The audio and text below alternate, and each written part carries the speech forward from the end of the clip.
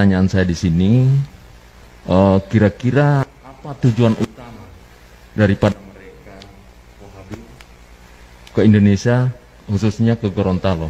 Itu tujuan utama. Kemudian dalam penyebaran ini membutuhkan dana. Kira-kira dananya ini dari mana saja, Pak? Terima kasih, Pak Ustadz. Kalau target mereka itu pertama, target mereka itu mereka mencari massa dengan sebanyak-banyaknya. Jadi mereka membuat taklim di mana-mana. Setelah mereka membuat taklim di mana-mana, ya, mereka sudah mulai banyak massa.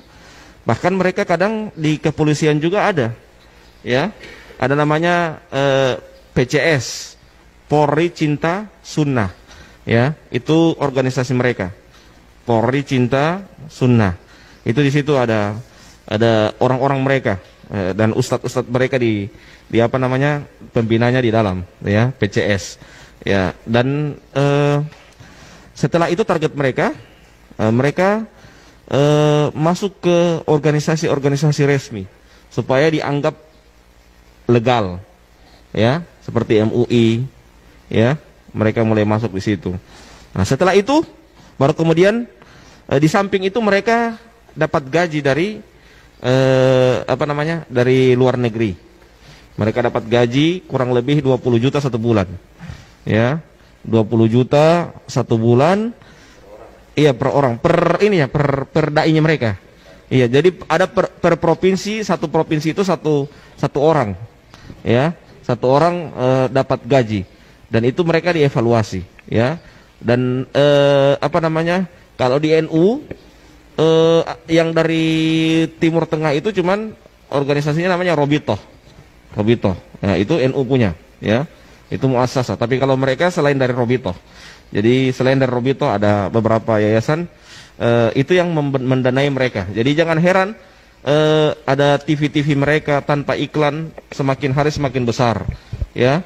Sekolah-sekolah mereka tanpa bantuan tiba-tiba langsung besar. Dari mana dana seperti itu? Jadi mereka punya dana memang demikian, dan sering tiap tahun kadangkala ada orang-orang yang dari luar negeri mereka undang, lihat tanah ini, lihat tanah ini, lihat tanah ini, dan itu tiba-tiba langsung ada pembangunan yang bertingkat-tingkat, dan juga alat, juga kamera yang cukup besar, ya, dan lebih lebih tinggi kualitasnya dari Indonesia, karena memang mereka sudah diberikan bantuan seperti itu. Saya kemarin ditawarkan beberapa 10 tahun yang lalu, ya, ditawarkan, bagaimana Ustadz Robi kalau antum mau kami belikan kamera dan nanti bawa ke Gorontalo untuk dakwah di sana.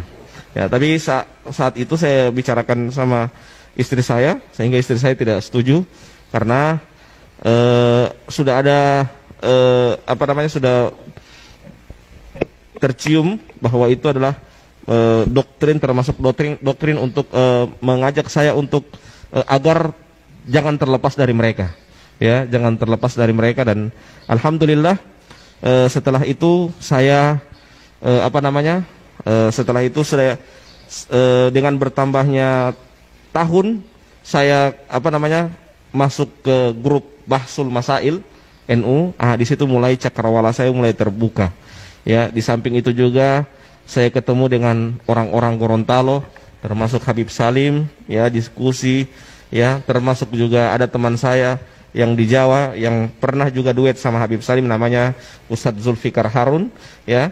Itu diskusi, itu kalau dengan Zulfikar Harun sampai panas telinga saya, diskusi lewat telepon 2 jam masalah itu, ya, 2 jam sampai panas telinga saya diskusi masalah ini, ya. Dan alhamdulillah lewat itu mulai saya terbuka cakrawala saya. Dan kenapa sampai saya harus langsung tegas untuk keluar? Beberapa hal yang saya dapatkan itu suatu kerancuan. Di antaranya mereka memalsukan beberapa kitab, ya. Mereka memalsukan, bayangkan, ada di situ di kitab itu bab ziarah kubrin Nabi. Mereka hapus itu kubri, jadi bab ziarah Nabi, ya. Jadi dipalsukan kitabnya sampai demikian. Bayangkan, ziarah kubur Nabi, dihapus kubrinya, ya, cuman ziarah Nabi yang ditulis. Yang mulai dari situ saya mulai, Allah, berarti ada hal yang rancu ini. Yang kedua, mereka menanamkan kebencian yang tidak disukai oleh gurunya, bukan tidak disukai oleh syariat. Jadi gurunya, jadi kayak orang-orang munafik yang kata Allah dalam Al-Quran, yastakhfuna minan nas wala yastakhfuna minallah. Ya, mereka hanya takut sama guru mereka, tapi tidak takut kepada Allah. Ya, jadi seperti itu. Harusnya kan kalau dalam Islam itu apa yang dilarang oleh Allah itu yang kita takut. Jangan malah justru takut kepada manusia dalam artian hanya takut sama guru mereka. Jadi siapa, misalnya saya sebagai guru, saya marah sama si A, semua murid-muridnya harus marah sama si A. Seperti ini misalnya Habib Salim, dulu saya anggap misalnya didoktrin ke saya bahwa Habib itu ahlul bid'ah, dedengkot ahlul bid'ah. Saya harus benci sama Habib Salim. Kalau tidak benci, berarti saya juga dikhawatirkan kena syubhat dari Habib Salim dan jadi ahlul bid'ah juga. Jadi ditanamkan kebencian seperti itu kepada murid-muridnya agar membenci apa yang dibenci oleh gurunya. Ini sangat berbahaya sekali pemahaman-pemahaman seperti ini. Nah,